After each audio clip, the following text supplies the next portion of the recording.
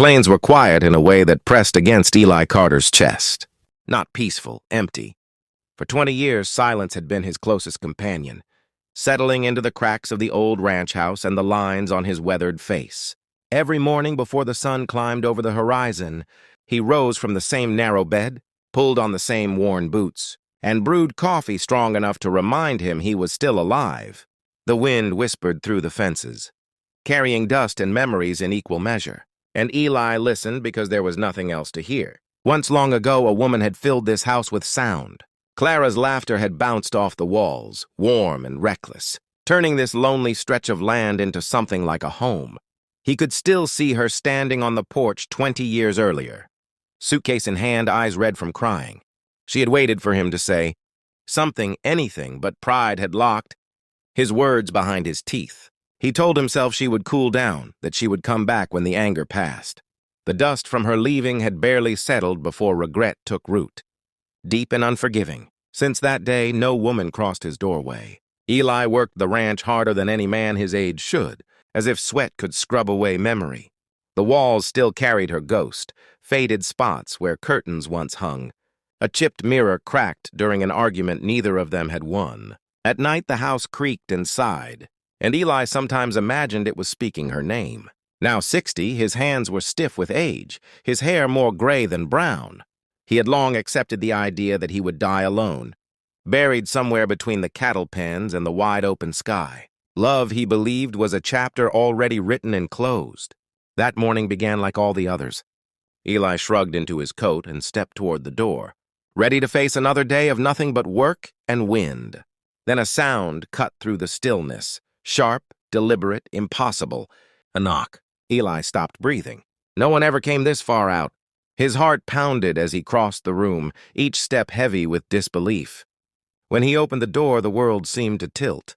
A woman stood on the porch, wrapped in a long coat, her hair threaded with silver, her eyes carrying the weight of years. She looked at him as though she'd been searching forever.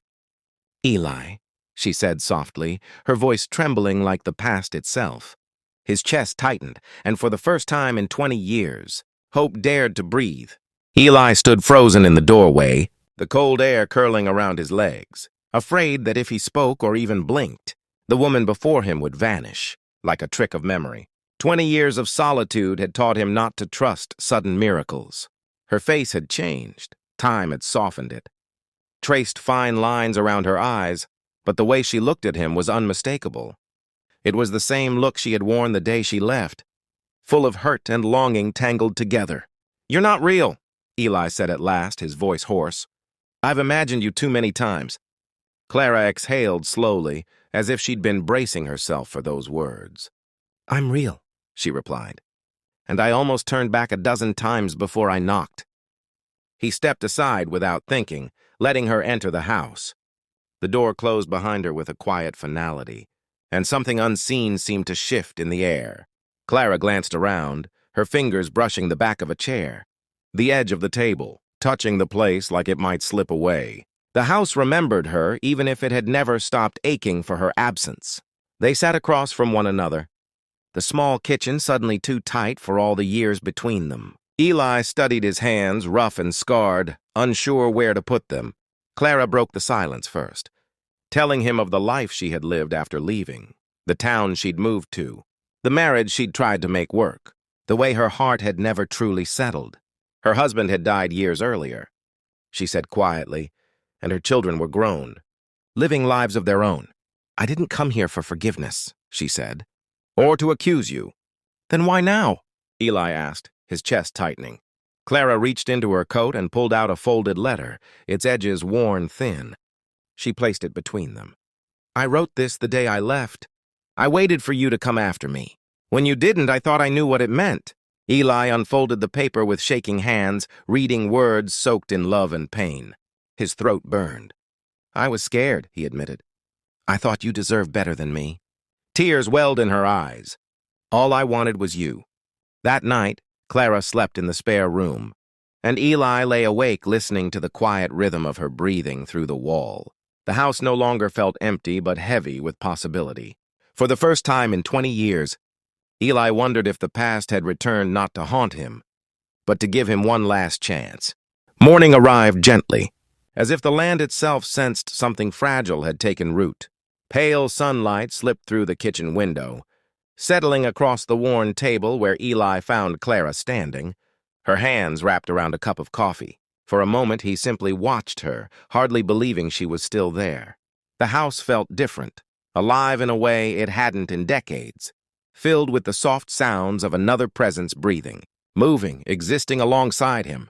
They spent the day talking in pieces, not all at once. Some words were too heavy to lift, so they let silence carry them instead.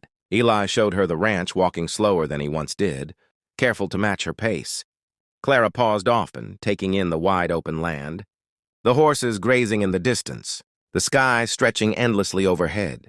She told him this place had lived in her dreams for years, appearing whenever she wondered what might have been. Time slipped into a quiet rhythm. Days turned into weeks, and with each sunrise, Eli felt something inside him loosen. He laughed again, hesitant at first, then fuller, surprised by the sound of it. They cooked together, shared meals at the same small table, and spoke late into the night about things they'd buried long ago. Clara grew tired more easily than she let on, and Eli noticed the way her strength faded with each passing day, though she tried to hide it behind soft smiles. One evening, as the sky burned orange and red, Clara reached for his hand. Her fingers were thinner than he remembered, but the warmth was the same. She told him about her illness then, the slow truth she had carried with her since the moment she decided to find him. She hadn't come looking for a cure, she said, only peace. "I didn't want to be alone at the end," she whispered. Eli's throat tightened as he held her closer. He promised her she would never be alone again. Winter arrived early, and Clara's strength faded quickly. On a quiet night before dawn, she rested her head against his chest. Listening to his heartbeat like it was something sacred, she asked him to promise one last thing, that he wouldn't close himself off from the world after she was gone. Eli nodded through tears, pressing his forehead to hers. When morning came, Clara was still, her face calm, as if sleep had finally claimed her without pain. Eli buried her beneath the old oak tree, where the land was soft, and the sun reached even in early spring. Grief stayed with him, but it no longer hollowed him out. Love had returned to his life, if only for a season, and it had changed him forever. Each morning after, as sunlight spilled across the plains, Eli opened his door knowing he was no longer alone.